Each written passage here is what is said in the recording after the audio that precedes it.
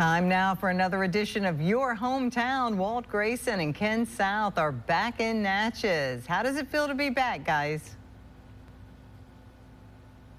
Hey, we're back in Natchez with Your Hometown.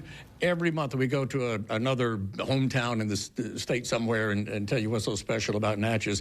And, of course, we're at Rosalie Mansion right now, and we have none other than the mayor of Natchez. Diane, you are here. You're going to tell us a little bit about Rosalie and then enchant us with the musical numbers. Walt, it's just great to have you here. Rosalie is one of our oldest historic mansions, built in 1823 by Peter Little. It is a fine example of the early federal architecture, owned by now the Mississippi Daughters of the American Revolution. It is their state headquarters. But this home exemplifies Natchez, the beauty of Natchez, the history, grandeur of Natchez, but also the brilliance of those enslaved individuals who really built Natchez. Yeah. Today is the day of unity. We've been talking about the colors of Natchez, such a diverse city, and we truly are celebrating unity because today is our day of unity. When you think about the colors of Natchez, you think about the colors of the rainbow, because we've got them all here. And it is said that Louis Armstrong is a native son of Natchez. His mother was from Natchez. The colors of the rainbow, so pretty in the sky, are also on the faces of people going by. I see friends shaking hands, saying, "How do you do?" They're really saying, "I love you."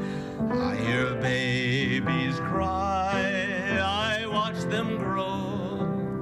They'll learn much more than we'll ever know. And I think to myself, what a wonderful world. I think to myself, what a wonderful world.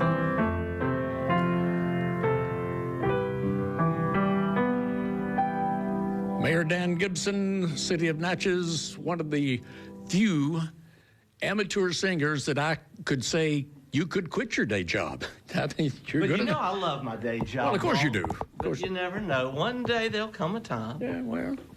Oh, speaking of one day there'll come a time, that reminds me, we toured Natchez City Cemetery, and one day there'll come a time. But right now, it's a fun place to explore. Take a look. The Natchez City Cemetery was established in 1822 on the bluffs high above the Mississippi River. Tourists come through every year wanting to know more about the stories of the dead, like little Florence Irene Ford. One of the most visited graves here is little Florence Irene Ford. Florence Irene was born in 1861, and she died at the age of 10, 1871, of yellow fever, which was a huge epidemic here during that time. Florence was afraid of storms, and so when she was buried, her mother built steps down to her grave with an open glass panel where she could go down the stairs during storms and sit with her daughter and comfort her during those stormy times. And so people always come here to see Florence.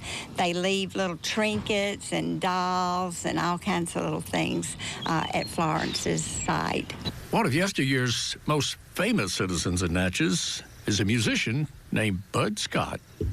Bud Scott, he was a musician that they say loved to play music, but when the sheriff would come along walking down the street, the sheriff always thought he was playing for him, but he was alerting all his buddies, here comes the law. Whatever they were drinking or gambling back then, they're like, you better put it up, because the music was being played, and he thought, the sheriff just thought, oh, he was playing the music for him. But it was kind of a, an outpost or a, kind of a, alarm to say, here comes the law.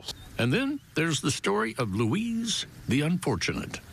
Jewish Hill is full of stories over there. One is Louise the Unfortunate is buried on Jewish Hill. And Louise died at a brothel under the hill right after the Civil War. And no one knows really what Louise's whole story was, but we know how she ended up here in Natchez. And Reverend Stratton, who was the Presbyterian minister here for 50 years, comforted Louise during her dying years, and he befriended her and tried to steer the other ladies that were working with her to join another profession. But when she did pass away, Reverend Stratton purchased the stone and had the service for Louise, and he named her Louise the Unfortunate.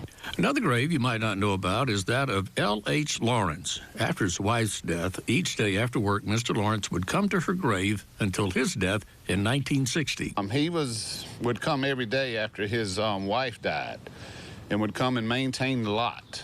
Would literally, with scissors and little hoe or whatever, you know, whatever he had. And that he would walk here, is what I was told, that he would come every day to check on that lot and make sure it was all pristine and kept up. So that was very special, a dedicated husband. So now that he's passed, his toolkit's still there. His toolkit's still there, so it's still there today. And of course, you can't forget about the turning angel. The angel stands guard over 5 grave sites of young people who died in an explosion at a Natchez drug company in 1908. Over the years, some claim to see the angel turning as they pass by.